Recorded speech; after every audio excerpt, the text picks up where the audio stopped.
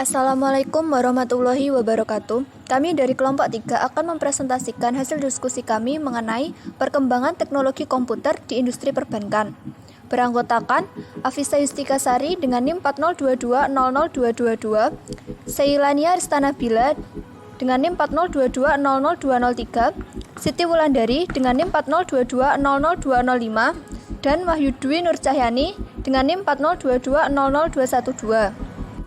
Di sini kami akan menjelaskan tentang 1. Perkembangan teknologi komputer di perbankan.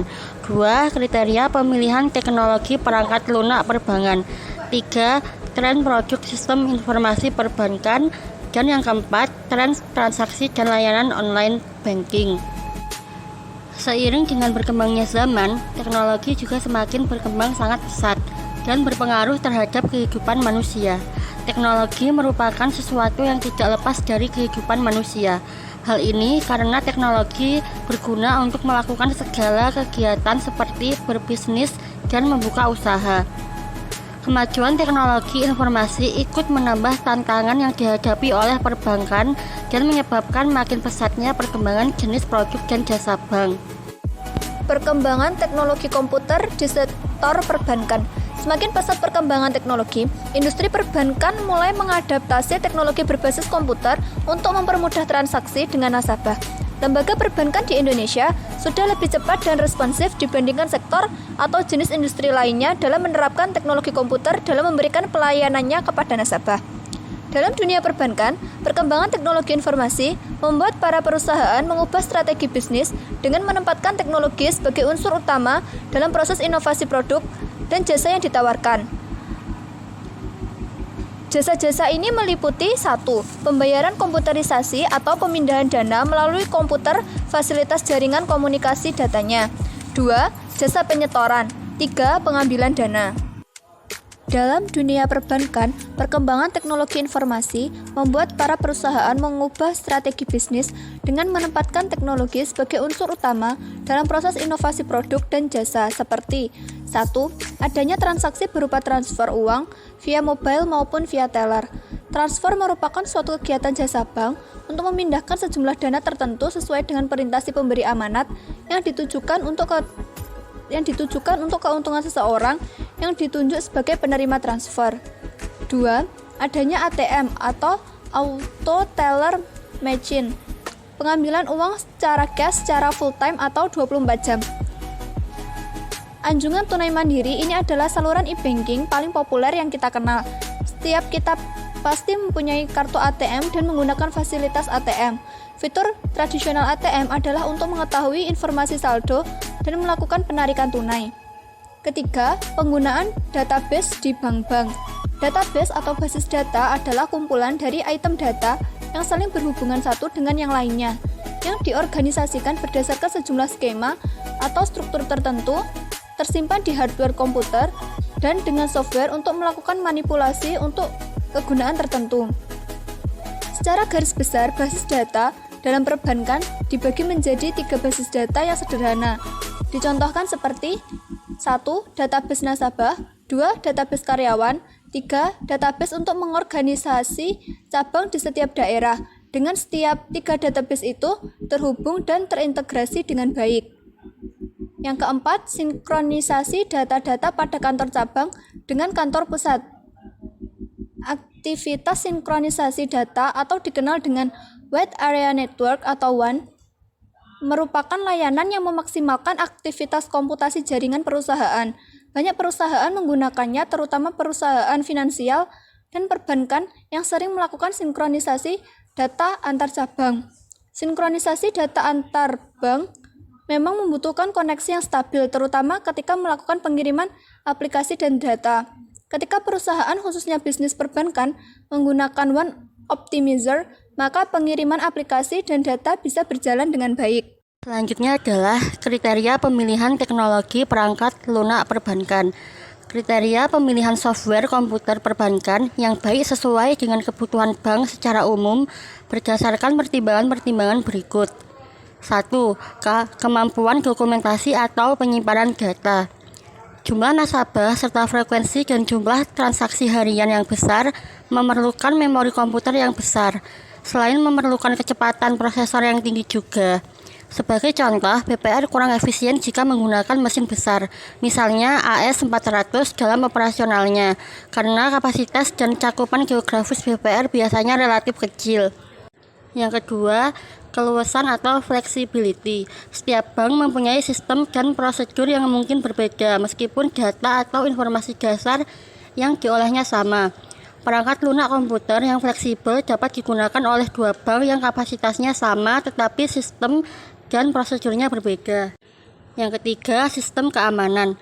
Bank memerlukan sistem keamanan yang handal untuk menjaga kerahasiaan data atau keuangan nasabah, serta mencegah penyalahgunaan data atau keuangan oleh pihak lain yang tidak bertanggung jawab. Software komputer perbankan yang baik harus menyediakan fasilitas pengendalian dan pengamanan tersebut. Yang keempat, kemudahan penggunaan atau user friendly. Pengertian mudah dioperasikan bukan berarti setiap pemakai atau user bisa mengakses semua software tersebut, tetapi petugas yang memang mempunyai kewenangan mudah mengoperasikan proses yang menjadi tanggung jawabnya. Yang kelima, sistem pelaporan atau reporting system. Bank memerlukan laporan-laporan yang lengkap dan jelas, terutama dalam proses pemeriksaan atau audit, atau penyajian laporan yang bisa dimengerti oleh pihak-pihak yang berkepentingan dengan harapan keuangan setiap bank menjadi lebih transparan dan bisa dipertanggungjawabkan. 6. Aspek pemeliharaan kinerja. Software perbankan diharapkan relatif stabil selama bank beroperasi. Kondisi ini memerlukan aspek pemeliharaan yang baik, dalam arti secara teknis tidak sulit dilakukan dan tidak membutuhkan biaya yang relatif mahal. 7. Source code. Software perbankan biasanya merupakan program paket yang sudah dikompil sehingga menjadi executable file. Kondisi ini bisa diatasi jika pihak bank mempunyai dan memahami software tersebut dalam bentuk bahasa pemrograman aslinya atau source code. Yang terakhir, struktur informasi dan hubungan antar subsistem aplikasi bank. Konsep front office yang lebih mendekati sisi nasabah dan konsep back office yang lebih mendekati sisi bank sebagai lembaga keuangan yang harus mencatat, mendokumentasikan, dan mempublikasikan informasi keuangan, menyebabkan sistem aplikasi perbankan terdiri dari sub-subsistem yang saling berkaitan sesuai dengan tahap-tahap pemrosesan dan jenis-jenis data keuangan. Selanjutnya, tren produk sistem informasi perbankan. Saat ini, bank retail di Indonesia memiliki produk dan layanan. Yang pertama ada tabungan. Tabungan merupakan salah satu dari berbagai macam produk perbankan yang paling banyak diminati oleh masyarakat, mulai dari kalangan pelajar, kalangan pengusaha, dan masyarakat umum lainnya. Sebelum adanya perbankan, masyarakat menyimpan uangnya di rumah, seperti di lemari maupun di bawah kasur. Dan dengan penyimpanannya seperti itu sangat tidak efektif, karena memiliki resiko kehilangan yang tinggi. Dengan adanya perbankan yang menyediakan produk tabungan, masyarakat sudah mulai tertarik untuk menabung di bank karena banyak keuntungan yang diperoleh. Antara lain, uang yang disimpan aman dan uang nasabah akan bertambah dengan adanya bunga bank. Yang kedua, deposito. Deposito merupakan salah satu tempat bagi nasabah untuk melakukan transaksi dalam bentuk surat-surat berharga. Pemilik deposito disebut dengan deposan. Kepada setiap deposan akan diberikan imbalan bunga atas depositonya. Bagi bank, bunga yang diberikan kepada para deposan merupakan bunga yang tertinggi jika dibandingkan dengan simpanan giro atau tabungan, sehingga deposito oleh sebagian bank adalah sebagai dana modal. Yang ketiga, giro.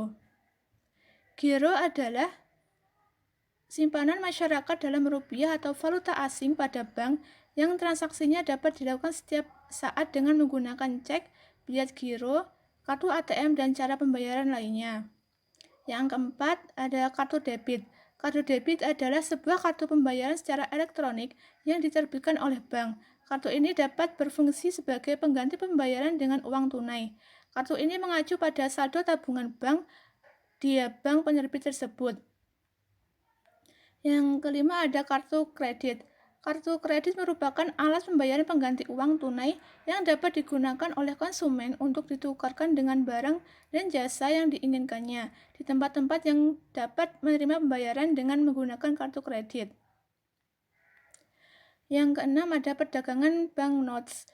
Banknotes merupakan layanan kepada nasabah untuk melayani transaksi jual beli mata uang asing dalam bentuk uang kertas atau tunai. Yang ketujuh ada falas. Falas adalah suatu jenis perdagangan atau transaksi yang memperdagangkan mata uang suatu negara terhadap mata uang negara lainnya. Yang terakhir, tren transaksi dan online banking. Seperti yang diungkapkan oleh Nicholas Negroponte selaku futurolog teknologi yang mengatakan bahwa semakin lama dunia, maka digital akan semakin marak. Tentu hal ini merupakan suatu akibat yang terjadi ketika transaksi bisnis dan kegiatan non-bisnis dilakukan dengan lebih memanfaatkan komputer online. Pengembangan teknologi dan infrastruktur telematika di Indonesia akan sangat membantu di sektor keuangan.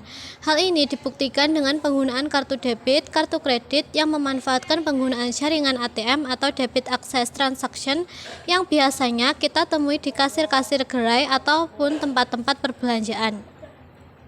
Sebagai contoh, kita dapat mengambil Bank BCA yang memiliki 750 kantor online-nya, dilengkapi 2.100 ATM yang memiliki fungsi memadai. Hal ini dibuktikan dengan BCA mampu menghandle dengan baik 8,2 juta nasabahnya. Per hari ada 2,4 juta transaksi yang dimana rata-rata 821.000 transaksi dilakukan melalui ATM.